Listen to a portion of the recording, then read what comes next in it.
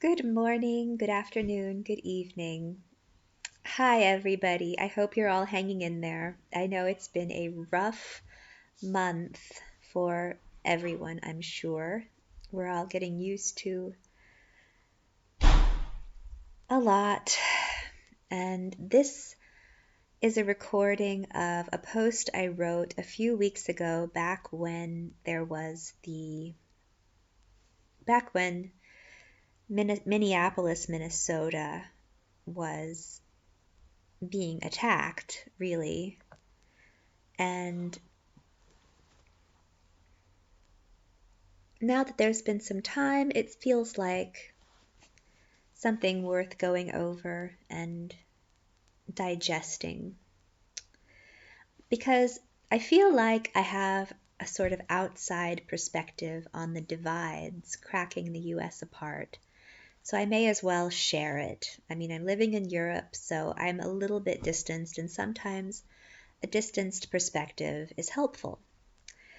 And it's really hard to think when you are right in the middle of a lightning storm, watching neighbors get gassed or shot point blank with rubber bullets that can break bones and shatter skulls. I only recently learned that those rubber bullets are supposed to be shot at the ground so that they ricochet, and that they should never be shot directly at a person. I know I'm also supposed to focus my rage on President Trump and on his tweets threatening violence against protesters. That was at least what was going on in the middle of it all. And I just felt like it was somehow counterproductive, because what we need to do is avoid all of the divisive rhetoric that's not helping. So what Trump tweeted was something like, "These thugs are dishonoring the memory of George Floyd, and I won't let that happen." He tweeted this right as the protests were really taking off. And he said, "Any difficulty and we will assume control, but when the looting starts, the shooting starts." And he also tweeted, "Twitter is doing nothing about all of the lies and propaganda being put out by China or the radical left Democrat Party. They have targeted Republicans, conservatives, and the President of the United States. Section 230 should be revoked by Congress. Until then, it will be regulated." Now, I am not a fan of Trump's record regarding immigrants and basically anything he said, of course. But when I read these tweets, I didn't understand why Twitter banned them. I mean, people who set businesses on fire are thugs, and under ordinary circumstances, thieves do get shot at. There are reports that far-right militias are responsible for a lot of the vandalism and escalation. So you had these legitimate protesters come out in their own neighborhoods in Minneapolis, for example, and on this long stretch of road where it was full of big box stores, but also immigrant-owned businesses. And what happened was 3 miles of that street were literally burned down. And when they looked at who was doing the actual burning, they found that it was outside groups that had come into the city to escalate. So it was they made it look like the people had burned their own neighborhood down, when it was nothing like that. They were outsiders who were trying to exploit a moment and make the people who were genuinely upset look bad. So it's really bad. So in that sense, what Trump was saying is, it's legitimate if these people are looting and burning down immigrant-owned businesses. they should be arrested, That makes sense. So at first, I don't see a problem with these tweets until I zoom out and see the context in which there are Black protesters riding horses in Houston, Texas, because they know that a racist cop will be more reluctant to hurt a horse than them. And that is a sad fact of racism, that people make anyone who looks different from them into the other. And so I do understand this context.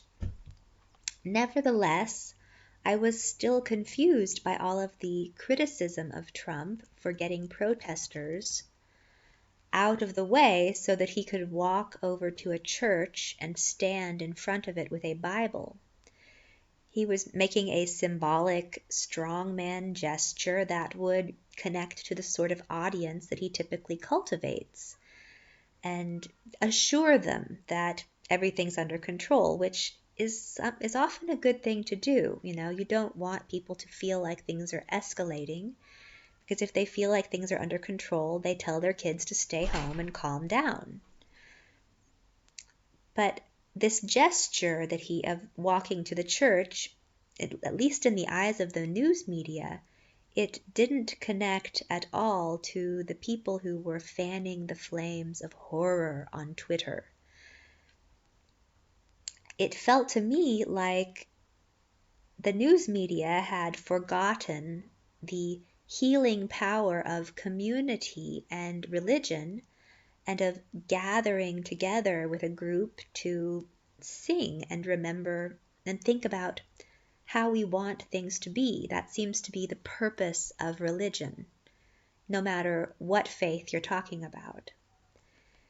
Then again, when most tweets are generated or upvoted by foreign bot farms with a political agenda, most of us know that social media is a poor reflection of the real story about the US today, and that the real plague affecting the United States is real-life disconnection caused by the replacement of real communities with fake online communities that are driven by divisive identity politics, that's often sort of engineered by foreign powers who don't understand at all how Americans think. I mean, I'm married to a German man, and he just doesn't get it at all.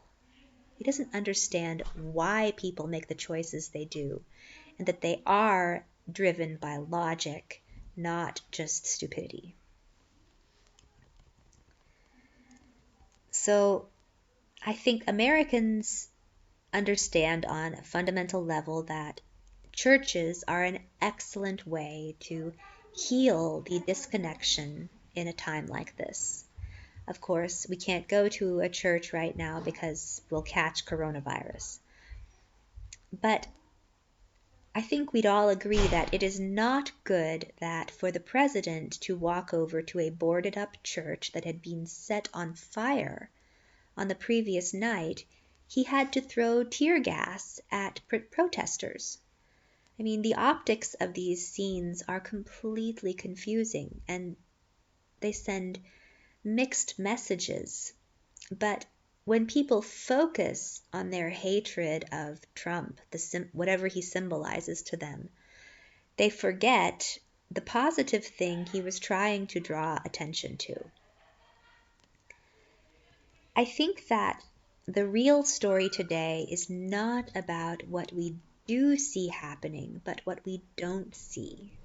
What you don't see on the streets of America are far-right militias with AK-47s. You might see soldiers with AK-47s, but if the police went home and if the soldiers went home, who would go out? And I think that these far-right militias are what we would have been seeing right now if, for example, Hillary Clinton had been elected.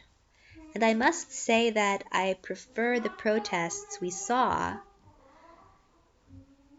in the last few weeks to having to watch a federal army remove a far-right militia from courthouses or city or state capitals across America. I mean, that could have been the case very easily. And it's quite possible that having the sort of response we saw prevented, or the politics we have right now prevented that scenario from happening.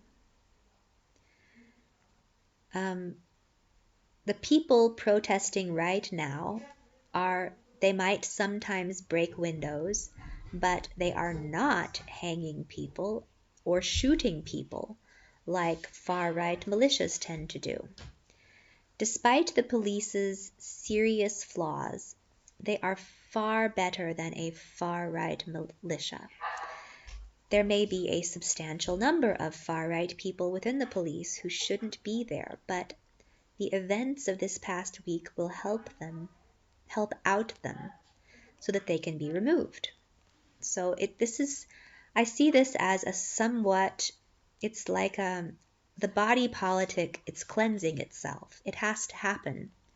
You have to find a way to identify who the bad guys are so that you can get rid of them. And things like this help that happen. I think that these protests will serve a lesson to the police that they will not soon forget, and they will serve as a lesson that when people don't study history books, they require real-world reminders of the rules of civil society. For example, do not elect demagogues who appeal to racists in order to get elected. You know who I'm talking about. Do not take immigrant children away from their mothers and keep them in animal pens. Police shouldn't murder people or harass and violently arrest black men just because they find them suspicious. Or even black children. I mean, the sorts of things I see these police officers doing even to children, it can't happen. It is so much more efficient to have those who enforce the law read some books than to have to take care of their traumatized victims and to clean up looted stores once every few years. It would be so nice to have a smart, well-educated police force that people could respect. The country has a ton of college graduates who would love to pay off their student loans. Why not raise the bar and put some of those people to work as police officers or as civil liberties instructors for the officers? Just sort of a witness. I mean, in the economy, you talk about not having enough money, but it's a matter of government and changing the flow of money and deciding how we want to organize things. I recall a strange news story from about a decade ago about a man who was rejected by the police because his IQ was too high. And the police force had found that smart people tended to get very bored and quit. Maybe that's true, but maybe they quit because the people they had to work with were depressingly dumb. I mean, if you only select dumb people, you're going to get groups of dumb people. And it is depressing to hang around with dumb people. This does not have to be the case. If we want dumb people with guns telling everybody what to do, we would choose far-right militias to boss us around. And clearly that's not what we want. So there was a video I linked to in the blog post that was taken last summer. It was kind of showing a picture of the tensions brewing under the surface and what brought this out. It showed a bunch of people who were just itching to cause trouble and act like Nazis. These people had guns and self-righteous rage, but, they're pumped up on steroids, and I don't think, after the coronavirus gets to them, that's just not healthy. We aren't going to have to worry about people who do that to their bodies. They're going to be like weakened or something. The politics are going to change, and the demographic balance of the country is going to change as well. And, Trump isn't going to be around forever, so we don't have to panic about the way things are right now. He will have served his purpose of showing everyone the fear and aggression hiding under the surface of certain Americans who think of themselves as good and patriotic. This is something that it's necessary. You have to do you have to do that sometimes. Otherwise, the fear and aggression just stays hidden below the surface, and it's very insidious effects. Despite his far-right optics and dog whistles, Trump did not invent Machiavellian politics. And I think it is a mistake to try to pack all of the flaws of the system itself into him and to turn him into an effigy. I also think it is a mistake to place the blame for the flaws in the system on the top 1% of the economy. Those people just played the game they were given. Should they have realized that the game was unfair and stepped out? Definitely. But people are people. It takes people a long time to develop that sort of meta perspective when they are focused on playing the games they've been trained to play. Most people are practically sleepwalking. And riots do tend to wake up the sleepwalkers, but it doesn't always stick. We need to keep waking those people up on a daily basis and get them to help dismantle the bad parts of the system that is oppressing everyone. And to do that, we have to zoom out and look at the system as a whole, rather than default to focusing on scapegoats as the news media tends to do. I'm just so disappointed with the sorts of stories I see. Even on a network like CNN, it's not even subtle. You expect blatant headlines in Fox News to be like, the Democrats are stupid, but we're seeing the inverse on CNN, and that's just embarrassing. Just do your job, news media people. Don't lower the bar. Please. Have some standards. Don't put your politics into the headlines. Please.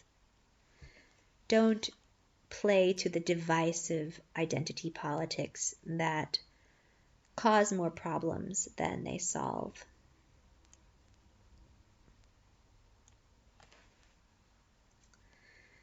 So grown-ups know all of this. When they see the news and they see a blatantly political headline, they just ignore it. And these grown-ups do not want their kids raising hell and destroying neighborhoods. But they can't control everybody's rage and fear. They can't be mom and dad to every motherless and fatherless person out there. Or can they? I think churches could help out here, because people cause trouble when they don't feel connected to a community, or when they join a community of Nazis, then they feel connected. We want to avoid that. We want to have better communities than that. We all knew that this Trump thing was going to turn out badly. We just weren't sure how badly. Now we know. And we know that times like these bring out everyone's true colors. Immigration officials showed their true colors when they separated children from their parents and made them sleep on concrete floors like animals. The police showed their true colors when they acted like brain-dead, armored vigilantes with no knowledge of or care for civil liberties under the law. The far-right militias came out and set fire to 6 miles of a Minneapolis street that was populated by immigrant-owned businesses and corporate-owned chain stores. The children showed their undeveloped colors by setting fire to places where they did not feel welcome. A neglected child will set fire to his home just to feel the warmth. The brave people came out and showed their true colors by expressing community spirit, heroism, and unity in the face of division. To complicate matters, well, as I was saying, there's a lot of doubt that many of those who set the worst fires were even Americans. That there are even people from outside. Minneapolis Mayor Jacob Frey, who tweeted on Saturday that the city is now confronting white supremacists, members of organized crime, out-of-state instigators, and possibly even foreign actors to destroy and destabilize our city and region. I mean, with the internet, you can have foreign bot farms or foreign instigators rally groups of people on the internet to go out and do things that they would have never ordinarily done. So, this sort of thing happened, I suppose, in the Arab Spring, but now it's happening on the home front. This is just the new danger of the internet. I mean, it was obvious that many of the looters were Americans. People are opportunists everywhere, but arsonists and barricade builders are a rarer breed. I think that people should remember that foreign groups have learned how to pose as Antifa while fomenting divisions and seeding chaos. They did that in Hamburg, Germany, during the G8 protests, and they torched a grocery store, or it was just they looted it, I think. And this was kind of surprising because locals would never do that. The locals are not so destructive of their own home. I mean, I'm not naive. I understand that not everyone's true colors are beautiful all of the time. People can change and become, but I believe that people can change and become better than they were during their worst moments. But I think they need help and protection from stronger people to give them the space they need to heal and protect their weak spots. So that's how I feel about the people who got swept up in this without realizing what they were really doing. I mean, people make mistakes. And when you're a kid, you want to see everything, you want to figure out how the world works and make a positive difference. But after seeing all of the videos of these stupid, brutal, racist cops, it's hard to look anymore. I wonder if there are other people who've just gotten to the point where there's nothing more they want to see. I mean, all of the horrible videos that were going on, they've stopped playing on my Twitter feed, and it feels like we're back to normal. But I remember what it was like, this sort of real-time feed of horror. I mean, I had a panic attack after watching a picture or a video of it wasn't even from recently, but it was an old video that people dug up and were showing to everyone. It was of a handcuffed man who was attacked by a police dog while 5 officers walked around like idiots, pointing loaded pistols at anyone in the vicinity, while they took several minutes to pry the dog's teeth off of the crying man's leg. He was bitten several times before the dog latched onto his calf like a vice, and there was a lot of screaming from the people around who wanted to help him. And this was on my Twitter feed right after a video showing a nurse crying. She was in a medical tent where she'd been trying to help a man who was bleeding profusely from a rubber bullet wound.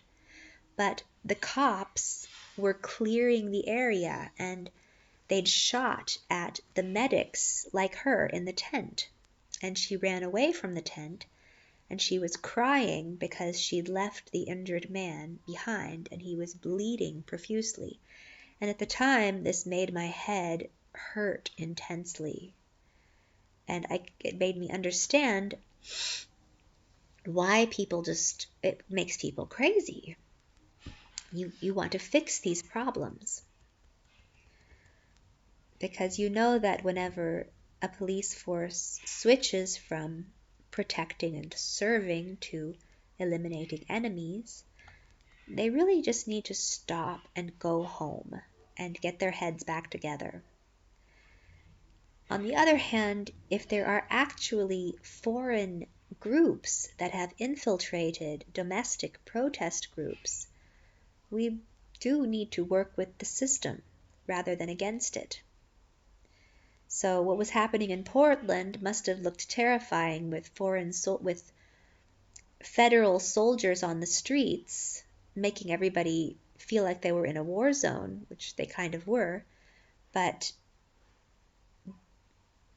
if they were there for a reason, because there were foreign groups that had infiltrated protest groups, trying to avoid something worse from happening, you have to remember that the worst thing that could happen is that far-right militia guys come out with their automatic rifles and try to take control instead of government forces. I mean, you don't want to have those people out. So we need to have police, of course. We can't just get rid of all of them. And I hope that the police will soon be forced to fire their stupidest, most cracked, disgraceful employees. But I hope we remember that everyone cracks under pressure. And the people who have been suffering under quarantines and racism, they're allowed to crack as well. And we can repair all of these cracks and make our country beautiful again. Greatness be damned. I know that everyone has it in their hearts to forgive one another, because we all understand fear and suffering. And if anything good comes out of this tragedy, it is that Trump's supporters will be forced to bear witness to the evils their philosophy has brought in the form of homelessness, motherless immigrant children, and innocents murdered by racist cops. I think these people can learn from their mistakes.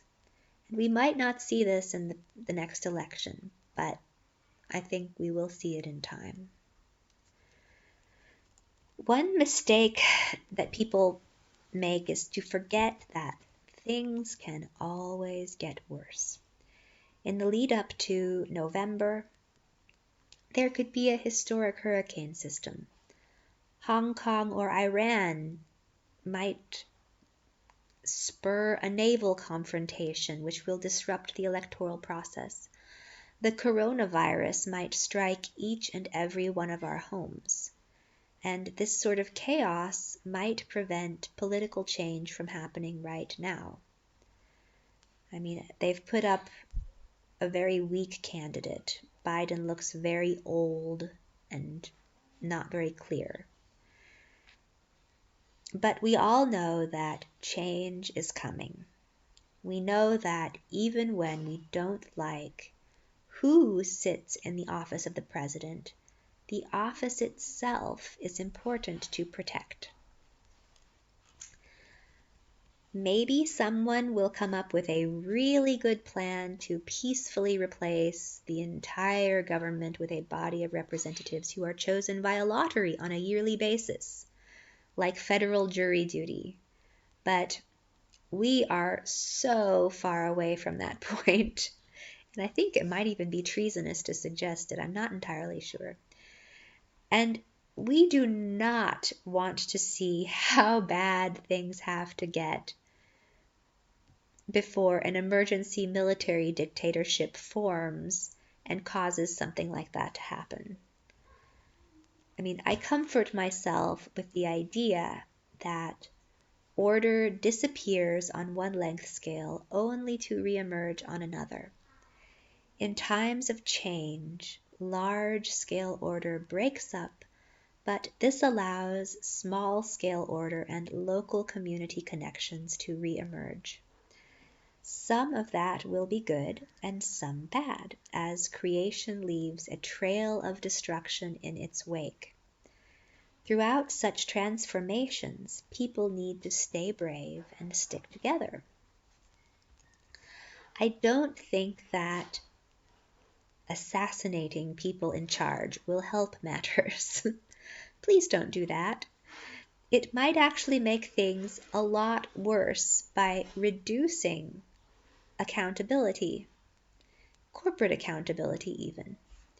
One problem is that rich people put their money in the stock market and they are not accountable for how it is used, nor do they have much knowledge about how their money is invested. And we all know that we shouldn't make it so easy for people to passively skim money from the system like it has been. It should take some hard work and to figure out how to properly invest.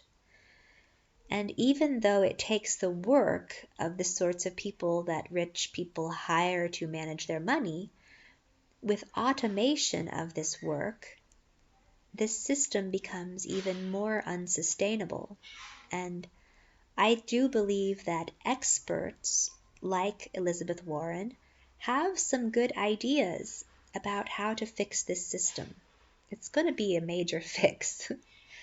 We might have to wait a while before that happens, but I think that an opportunity will present itself when the time is right. The stock market seems like a great system for making sure that the most efficient companies get the most money, but efficiency isn't always optimal for long-term stability. For example, networks of small businesses might be less efficient, but more robust in the face of things that threaten to bring down entities that are too big to fail. And since the coronavirus will kill small businesses while inflating monopolies, we are going to need leaders who know how to responsibly roll that change back.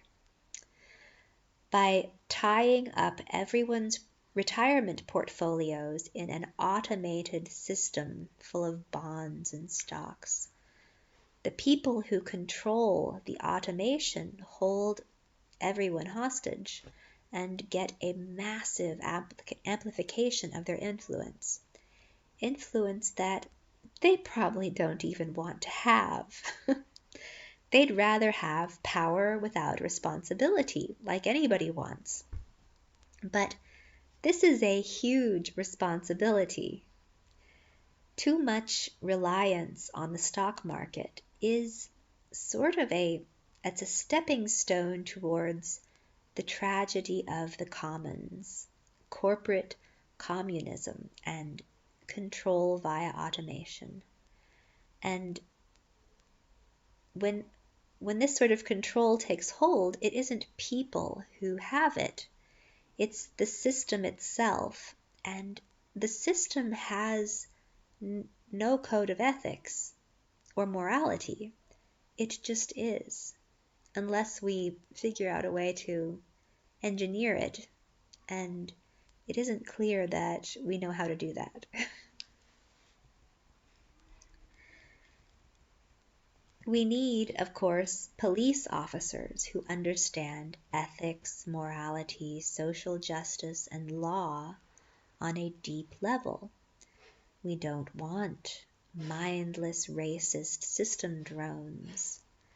Today, we want the most disgraceful police departments to get major funding cuts so that they have to fire the idiots.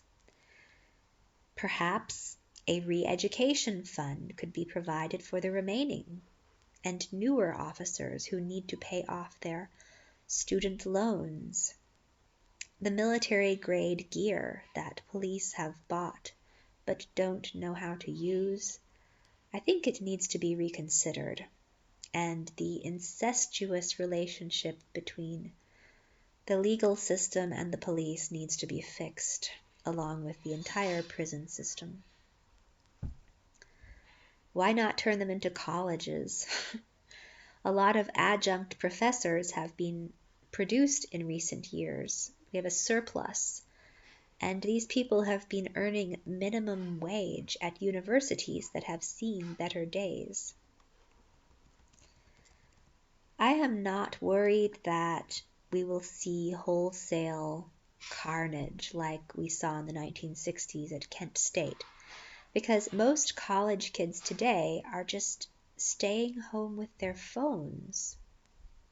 They're not out on the street. They're just staring at their phones, getting stupider by the second.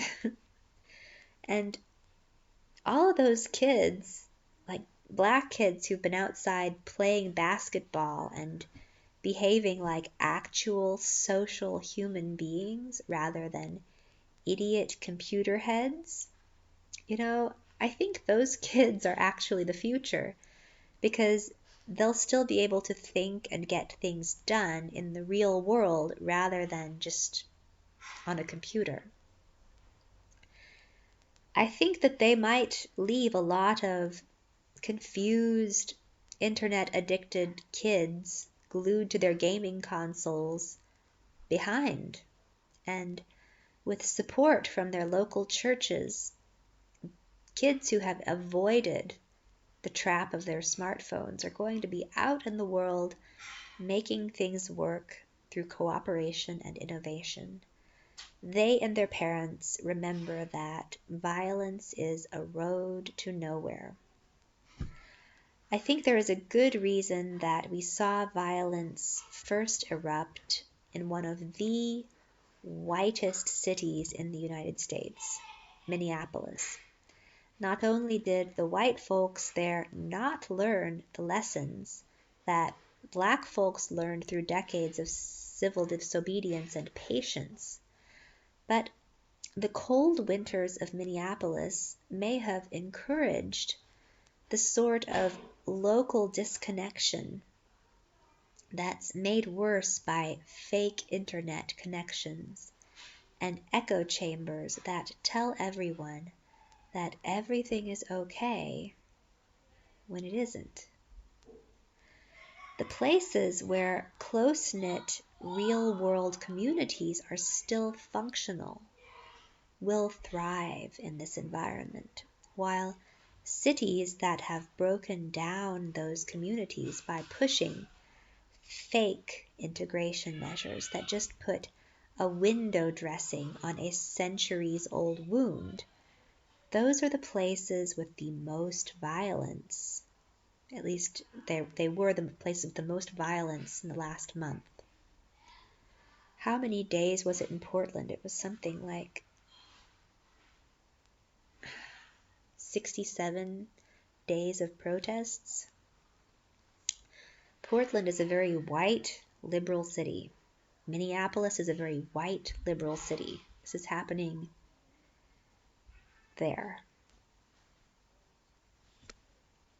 It's happening in places where it's highly disillusioning to be sent through a school system that tells you that everything is possible for you. But when you confront the real world, everybody's prejudiced, yet unaware of how prejudiced they are. They all believe they're really good, but their actions speak louder than their words. It seems that the pressure of the coronavirus cracked the weakest communities wide open, and those communities turned out to be our most liberal, enlightened, whitest cities. Something to think about. I guess it's Leonard Cohen who said, "There is a crack in everything, and it's nothing. That's how the light gets in. There's a crack in everything. It's nothing to be ashamed of." So, because somebody wrote to me on my blog that vermouth has wormwood in it, and that wormwood is an excellent health herb for the corona times, I went out and I bought myself a bottle of vermouth, and then I poured, I don't think I have the glass anymore, I poured half of a glass of vermouth and half of a glass of tonic with 2 ice cubes. And I drank that, and I don't drink ever. And that's why I kind of sound silly in this post, but I wanted to see what happened if I filmed something after drinking an alcoholic beverage. And if you've seen my other posts, I often conclude them by singing a song.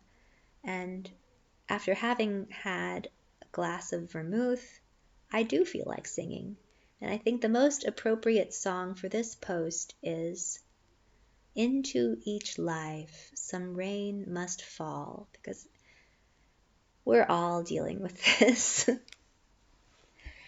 Into each life some rain must fall, but too much is falling in mine. Into each heart some tears must fall, but someday the sun will shine. Some folks can lose the blues in their hearts, but when I think of you, another shower starts. Into each life some rain must fall, but too much is falling in mine. I'm sure you can all empathize with that. Thank you for watching. I hope this isn't too ridiculous. I'm sure it is. But that's the glory of YouTube. Ridiculousness and honesty. Something we don't tend to get from our news media. And that's why people choose this sort of thing. Thanks for watching. Please check out my novels and my other videos. They are often on wide-ranging topics, and you will find something in them to surprise you. Thanks.